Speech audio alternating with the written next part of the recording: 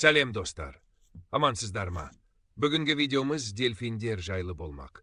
Біздің арнамыз дамып жатыр, сондықтан арнаға жазылып, лайк басып, қолдау көрсетіңіздер.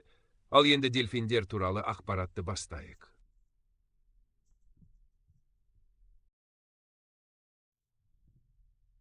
Дельфиндер су сүтқоректілерінің ішіндегі ең ерекше және зерек жануарларының бірі. Олар кит тәрізділер отрядына жатады және әлемнің барлық мұхиттарында, сондай-ақ кейбір өзендерде кездеседі. Төменде дельфиндер туралы толық ақпарат берілген. Жалпы сипаттамасы. Түрлері. Дельфиндердің 90-нан астам түрі бар.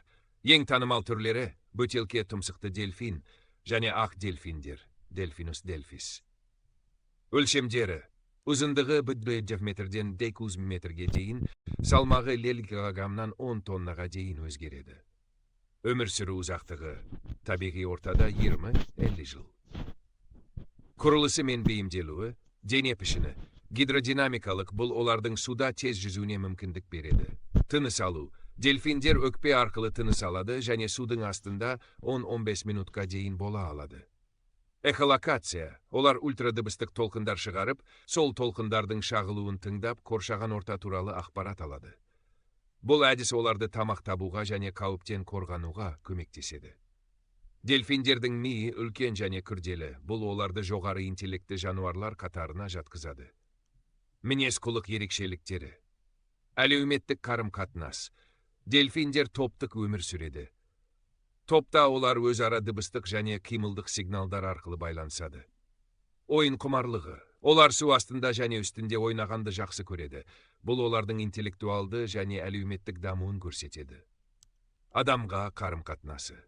Дельфиндер адамдарға достық қарым-қатынас көрсетеді. Кейбір жағдайларда олар адамдарды құтқарғаны белгілі. Қоректенуі. Дельфиндер негізінен балықтар мен басаяқты моллюскалармен қоректенеді. Олар топтасып аң аулап ұйымдасқан түрде жұмыс істейді. Таралу. Дельфиндер барлық дерлік мұхиттарда кездеседі, бірақ олардың түрлері мен саны географиялық аймаққа байланысты әртүрлі. Тұщы суда мекендейтін түрлерде бар, мысалы Ганг дельфиндері мен Амазонка дельфиндері.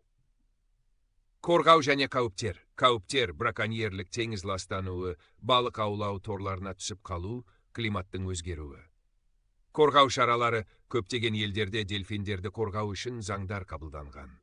Халықаралық деңгейде оларды қорғау жұмыстарын ұйымдар жүргізуде. Егер сізге дельфиндер туралы қосымша ақпарат қажет болса, немесе белгілі бір түріне қатысты мәлімет керек болса, нақтылап сұраңыз.